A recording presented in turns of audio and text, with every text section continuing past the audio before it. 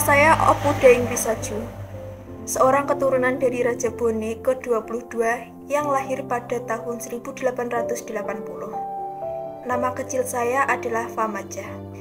Setelah saya dewasa, saya dinikahkan dengan seorang ulama dari Bone yang bernama Haji Muhammad Daud, seorang anak dari rekan kerja ayah saya.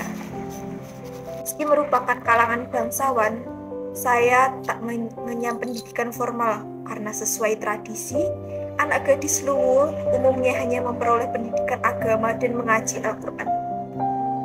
Awalnya saya adalah anggota PSII Parepare. Namun setelah itu saya mendapatkan kepercayaan untuk memimpin PSII di Palopo.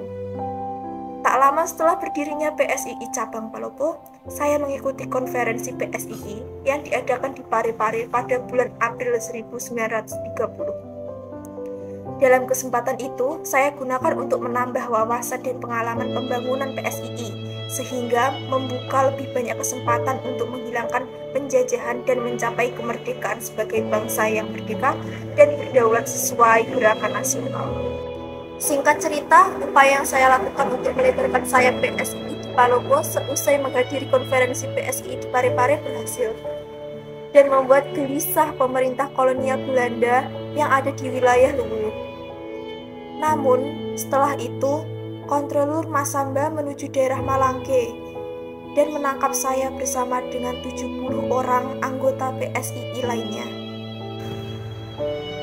Dari pihak Belanda berdalih saya dituduh menghasut dan menyebarkan kebencian di tengah masyarakat guna melawan penjajah.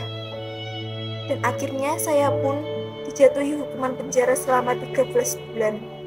Saya mulai aktif kembali pada masa revolusi dan memberikan doktrin perjuangan kepada pemuda penolak nikah. Oleh karena ini, saya ditangkap nikah dalam persembunyian saya. Pada tahun 1933, saya datang ke Jawa untuk mengikuti kongres PSII. Namun, ternyata menimbulkan sikap tak senang dari pihak kerajaan.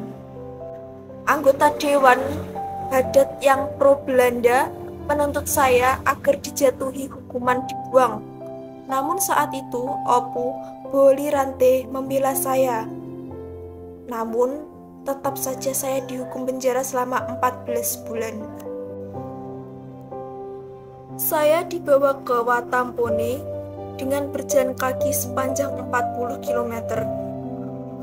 Saya dipenjara di Bone selama 1 bulan tanpa diadili.